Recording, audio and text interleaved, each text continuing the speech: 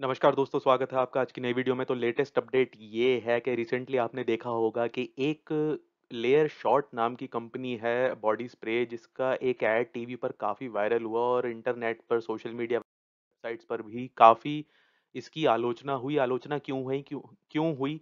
वो इस वजह से हुई क्योंकि ये ऐड इस तरीके से बनाया गया कि इसमें 4 लड़के खड़े हुए हैं, एक लड़की शॉपिंग कर रही है और वहाँ पर वो उसको देखकर कुछ कमेंट पास करते हैं कि शॉट लगाने का टाइम आ गया है, तो लड़की घबरा जाती है, फिर वो जाता है, एक लड़का शॉट का बॉटल उठा के स्प्रे करता है। तो बेसिकली ये बोला गया कि ये रेप कल्चर को और लड़कियों को छेड़खानी करने के लिए बढ़ावा दे रहा है। बड़ी वल्गर सी इसमें जो पिक्चराइजेशन है वो किया गया है। इस बारे में इस कंपनी के ऊपर जो है वो केस भी फाइल्ड हो गया और काफ़ी लोगों ने इसकी आलोचना की। जो सेलिब्रिटीज़ थे उन्होंने भी इसको काफ़ी शेमफुल बताया। प्रियंका चोपड़ा, फरहान अख्तर, ऋतिक रोशन, इन सब ने इसके बारे में बोला कि ये काफ़ी जो है रेप कल्चर को बढ़ावा दे रहा है, उसको प्रमोट कर रहा है और ये बहुत ही शर्म की बात है। उस जो एड कंपनी थी, जो एड गुरुज़ थे, जो सीनियर हैं इस फील्ड में, उन्होंने भी इसको काफ़ी आपत्तिजनक बताया। और जो एएससीआई, जो एडवर्टाइजिंग एजेंसीज़ को जो मॉनिटर करती है, जो फर्म,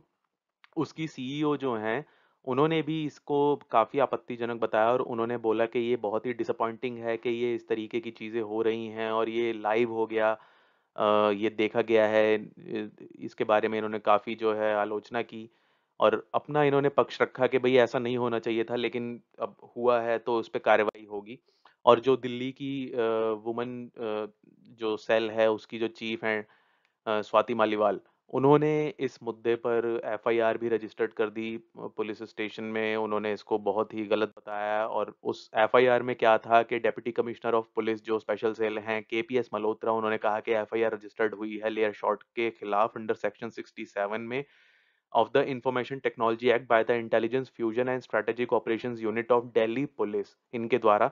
और उन्होंने ये कहा कि नोटिस जो है वो इशू कर दिया गया है कंपनी को और इन्वेस्टिगेशन ऑन जो है वो इन प्रोग्रेस है।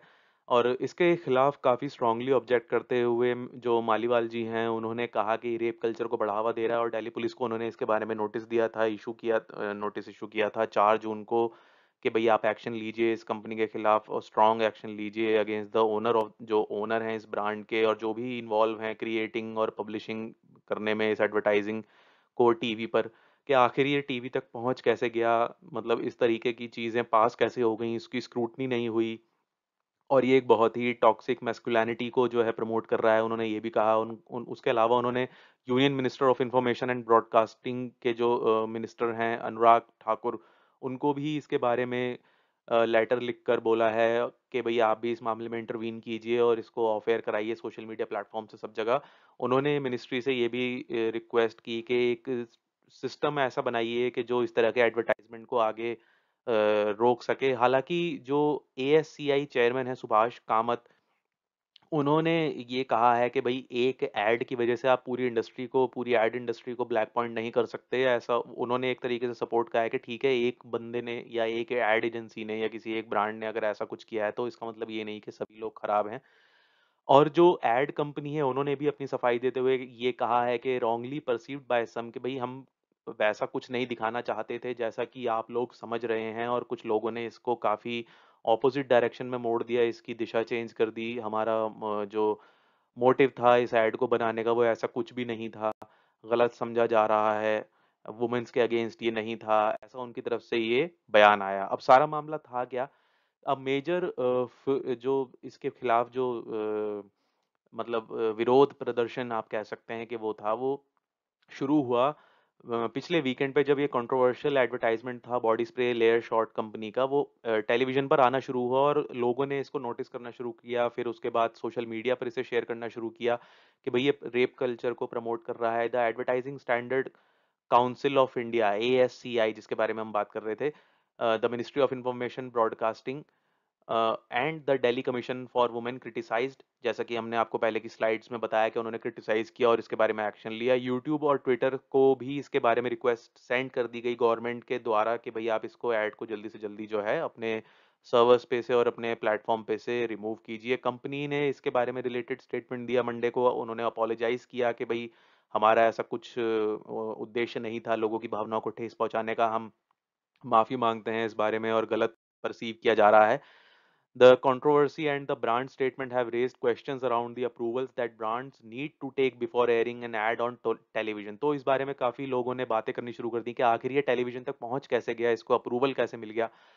ऑर्गेनाइज ऑर्गेनाइजेशंस को एक्चुअली रिक्वायरमेंट होती नहीं है अप्रूवल की for any external body before airing their ads, के अपने एड्स बनाने के लिए, दिखाने के लिए उन्हें किसी की रिक्वायरमेंट होती नहीं है। सिर्फ वो एड्स जो जैसे टोबैको या अल्कोहल ब्रांड्स के होते हैं, उनको जो है एडवर्टाइजिंग कमेटी भेजती है central board of film certification के पास अप्रूवल प्रोसेस के लिए, ताकि उसमें कुछ, क्योंकि वो उसमें ऐसी प्रोडक्ट इंक्लूड होते हैं जो कहीं आप मतलब गलत तरीके से ना दिखा रहे हो विजुअल्स के माध्यम से, तो वो पहले जाते हैं स्क्रूटनिंग के लिए।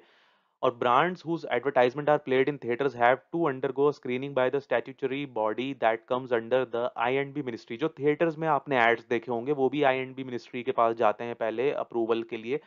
अगर कोई ऐड कंट्रोवर्सी क्रिएट करता है, सिर्फ तब वो एएससीआई के पास जाता है, which has a consumer complaint council come into the picture to take action. जैसा कि आपने टीवी पर देखा होगा कि अगर आपको इस ऐड से या इस प्रोग्राम से कोई शिकायत है तो आप लिख सकते हैं। वो टीवी के नीचे काफ़ी बार आपने देखा होगा, टीवी चैनल्स, न्यूज़ चैनल्स या टीवी सीरियल्स के जब टेलीकास्ट हो रहा होता है उस वक्त वो नीचे एक लाइन चलती रहती है स्क्रीन पर। तो अकॉर्डिंग टू मनीषा कपूर जो चीफ एग्जीक्यूटिव ऑफिसर हैं एंड सेक्रेटरी जनरल हैं ऑफ द एएससीआई, उन्होंने कहा कि कंज्यूमर कंप्लेंट काउंसिल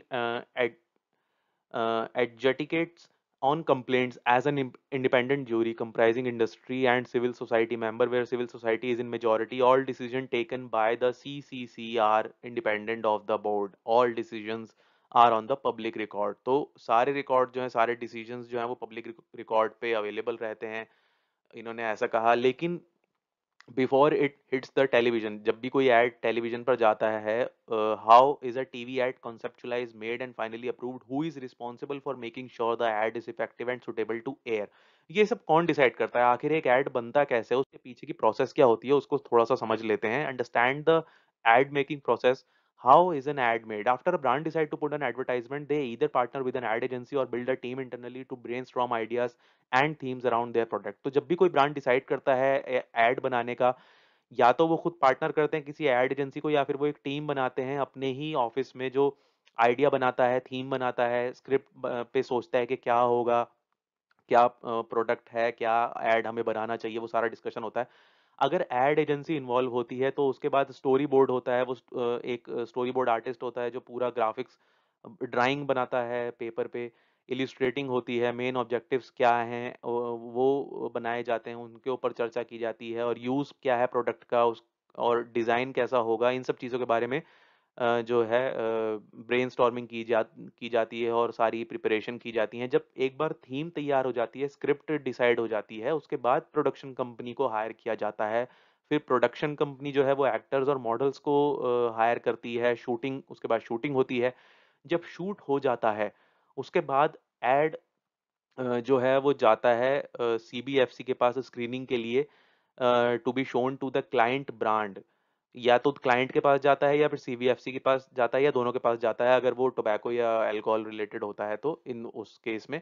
तो जब मोस्ट ब्रांड्स जो होते हैं in India have an internal team that scrutinise the pitches made by there ad agency, so approval also come from these teams. तो हर ब्रांड के पास अपनी टीम होती है, वो उसके बाद अगर कुछ करेक्शन उन्हें कराना होता है कि नहीं भाई ये सीन जो है ये सही नहीं है, इसको रिप्लेस कीजिए, या ये जो डायलॉग है ये ठीक नहीं है, या ये जो एक्टर है ये ठीक नहीं है, आप रिप्लेस कीजिए, तो वो उसके हिसाब से फिर बाद में चेंजेस होते हैं जो प्रोडक्शन हाउस को करने होते हैं। जब एक बार वो ओके कर देते हैं उसके बाद वो ऐड फिर आगे नेक्स्ट लेवल पर जाता है।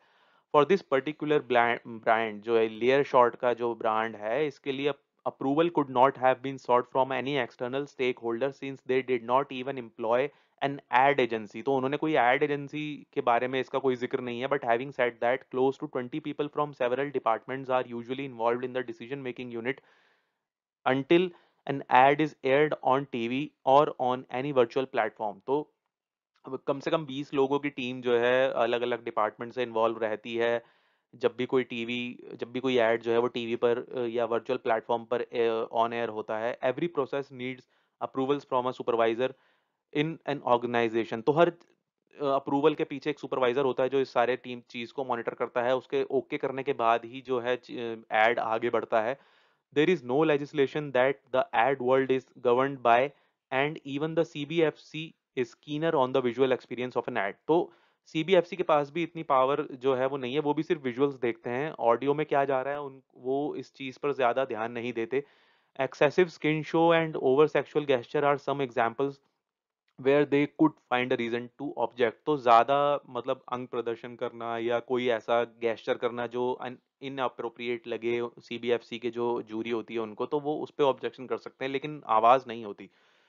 तो some companies send their ads to the CBFC for approval without a voiceover, and hence it is not a priority to catch sexual uh, innuendos that are injected in the script। तो वो लोग भी नहीं पकड़ पाते जब उनको आवाज सुनाई नहीं देगी कि क्या डायलॉग्स हैं, क्या ये बोला क्या जा रहा है इसमें। और इसमें बेसिकली जो सारा इस एड में जो कंट्रोवर्सी है वो मोस्टली पिक्चराइजेशन से ज्यादा जो इसका डायलॉग्स हैं उसके वो ज्यादा जिम्मेदार हैं, अगर आप इस ऐड को देखेंगे। अब एएसआईसी के एएससीआई के पास क्या पावर है? The ASCI's consumer complaint council consists of jury members who take decision based on complaints every couple of months. हर 2 महीने के बाद जो भी कंप्लेंट्स होती है उन पर सुनवाई होती है या उनके ऊपर डिसीजन लिया जाता है। एक बार जब कंट्रोवर्शियल ऐड जो है वो जूरी के पास जाता है तो वो या तो वॉर्न कर सकते हैं मेकर्स मेकर्स को, उस ऐड बनाने वाली कंपनी को, अपनी स्पेशल पावर्स का इस्तेमाल करते हुए, जहां पर वो सस्पेंड कर सकते हैं ऐड जब तक कि ये जो जांच है ये खत्म ना हो जाए। और एएससीआई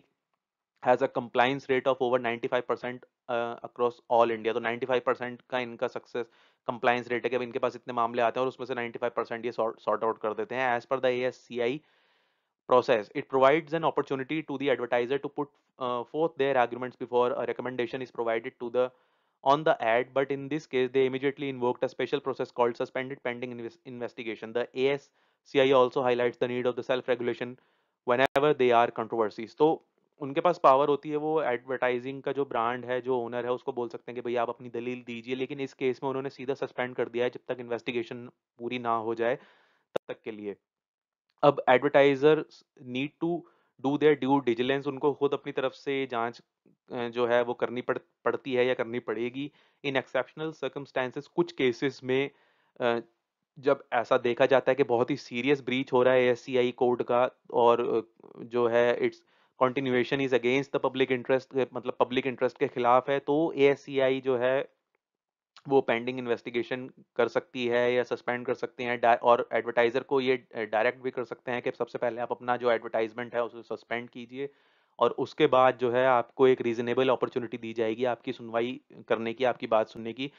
और पहले भी इस तरीके के काफ़ी एडवर्टाइजमेंट्स के ऊपर एक्शन लिया जा चुका है, जैसा कि कुछ फेयरनेस क्रीम्स थी उनके ऊपर आपने सुना होगा 2014 में एक जजमेंट आया था। जो लाइटर स्किन ब्रांड्स करने के लिए जो प्रोडक्ट यूज होते हैं, they that have used women just as a props were admonished by the ASCI in 2014।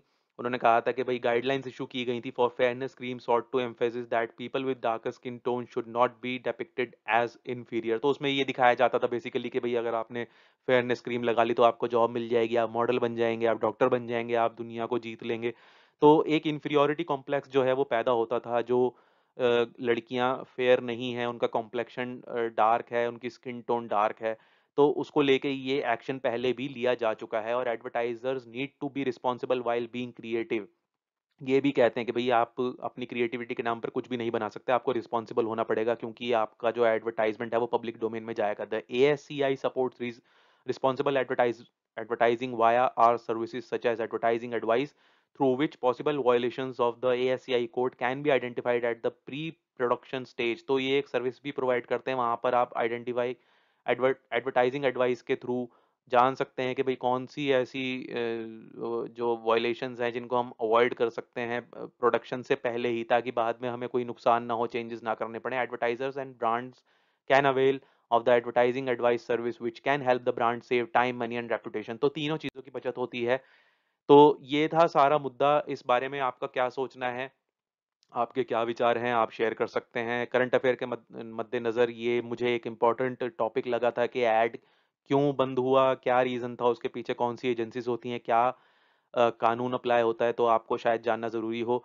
इसलिए ये वीडियो बनाई गई। आपको इस बारे में क्या सोचना है, आप ज़रूर बताइएगा कमेंट सेक्शन में। अगर वीडियो पसंद आई हो तो लाइक और सब्सक्राइब कीजिएगा चैनल को, बेल आइकन को ज़रूर दबाइएगा ताकि अगली वीडियो की अपडेट आपको जल्दी से जल्दी मिले। तो जल्दी ही मिलते हैं आपसे अगली वीडियो में, तब तक के लिए जय हिंद, जय भारत।